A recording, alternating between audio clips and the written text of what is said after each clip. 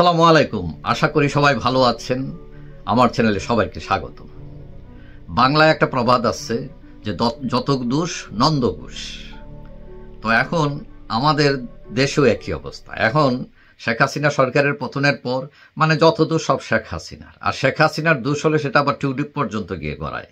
Tulip হচ্ছেন তার বোনের মেয়ে, শেখ রেহানের মেয়ে, এবং টিউলিপ ব্রিটেনের একজন এমপি এবং প্রতিমন্ত্রী হয়েছেন এইবার লেবার পার্টি থেকে। এখন এই দোষটা এইরকম প্রবাহিত হতে থাকে, মানে সব দোষই শেখ হাসিনার, রেহানার, এবং সেটা প্রবাহিত হইতে হইতে একদম ব্রিটেনে পর্যন্ত এসে পৌঁছে যায়, টিউলিপ পর্যন্ত।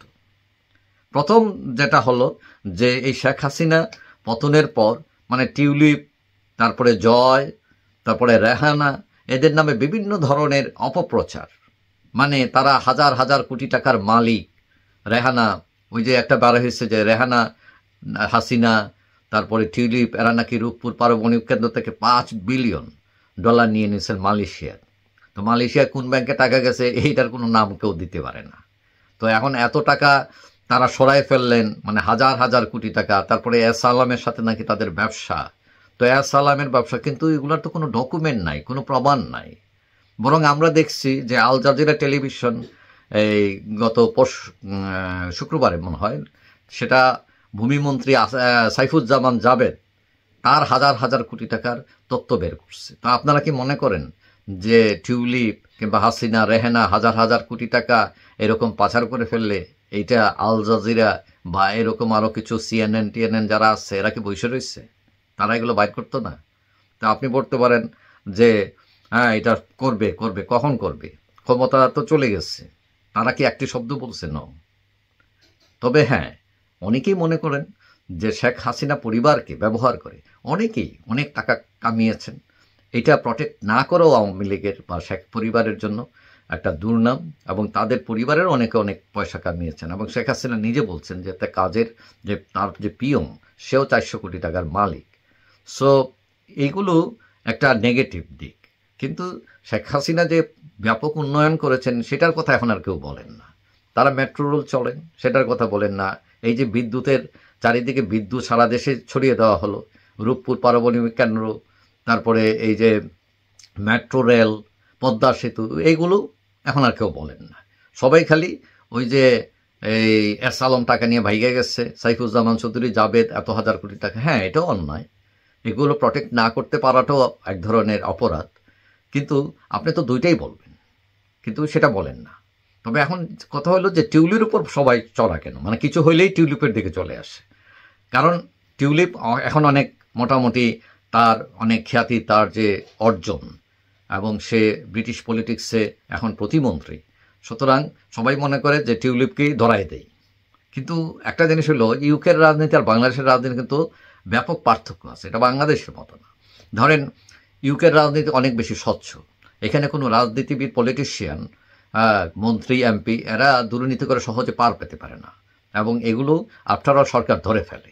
এখন টিউলিপের নামে ছোটোখাটো একটা অভিযোগ ছিল। সেটা হলো কি, যে তিনি তার যে বাড়ি সেটা তিনি ভাড়া দিয়ে দিয়েছিলেন, এবং তিনি অন্য একটা বাড়িতে থাকতেন, এবং ওই বাড়িটা শোনা যায় যে এটা হচ্ছে ব্রিটেনের একজন বাঙালি ব্যবসায়ী, যে লন্ডনের ক্যাম্পডাউনের মহারানী রেস্তোরাঁ আছে ওইটার মালিক, তার বাড়িতে তিনি থাকেন। এখন এটা কি বিনা ভাড়ায় থাকেন না কম ভাড়ায় থাকেন, মানে এইটা নিয়ে অভিযোগ।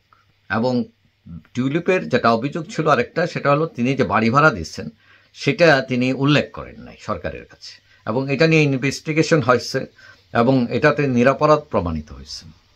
অর্থাৎ সরকার বলছে এটা একটা অ্যাডমিনিস্ট্রেটিভ মিস্টেক।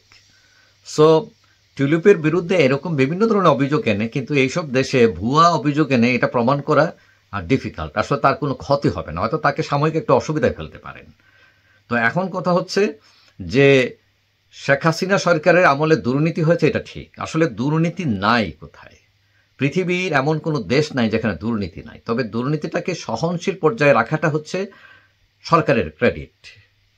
এখন কথা হচ্ছে বিএনপির আমলে কিন্তু অনেক দুর্নীতি হয়েছে। যেমন শেখ হাসিনার প্রথম দিককার এত দুর্নীতি ছিল না, ঠিক তেমনি খালেদা জিয়ার প্রথম যে 5 বছর ছিল ওটা কিন্তু অনেক ভালো ছিল, কিন্তু পরবর্তী টার্মে এসে আবার দুর্নীতি ছেয়ে যায়, এবং তিনিও ক্ষমতা থেকে নামতে বাধ্য হন।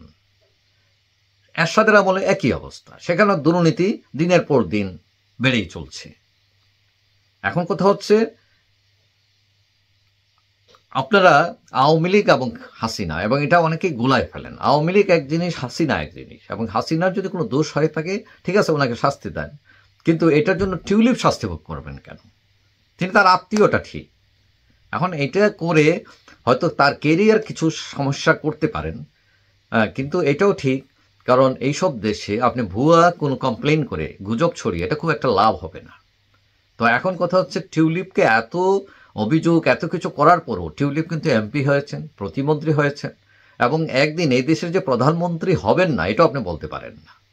তো আমাদের বাঙালিদের একটা সমস্যা কি, মানে যখন নিজে উঠতে পারে না তখন আবার সে পাটাই না ধরে, মানে যাতে সেও উঠতে পারে না, আমি উঠতে পারলে তোমাকে উঠতে দিব না, এই ধরনের একটা টেন্ডেন্সি আমাদের মধ্যে। কিন্তু এটা কেন, বরং খুশি হওয়া উচিত যে আমাদের একজন প্রতিনিধি, তিনি যদি উপরে যান এটা তো আমাদের জন্য ক্ষতিকর নয় এটা। তো এখন অনেকে আছে না, ওই মানে তারা দেখতে পারে না, ওই যে উঠান বাঁকা এই টাইপের। তো এখন আপনি তাকে দেখতে না পারেন বা আপনার দল সে না করতে পারে, কিন্তু আপনি যখন বৃহত্তর প্ল্যাটফর্মে যাবেন তখন এই বিষয়টা ঘরোয়াভাবে কথা বলা ভালো, এবং ওই একজনকে প্রমাণ ছাড়া ওই যে ছড়িয়ে দেওয়া সে হাজার হাজার কোটি টাকা নিয়ে গেছে অমুক তমুক, এইসব গুজব ছড়ানো ঠিক নয় একদিকে। এটা শুধু আওয়ামী লীগ নয়, যে কোনো দলের যে কোনো নেতার বিরুদ্ধে। যাই হোক, সবাই ভালো থাকবেন, আশা করি দেখা হবে অন্য কোনো ভিডিওতে ইনশাল্লাহ। আল্লাহ হাফিজ।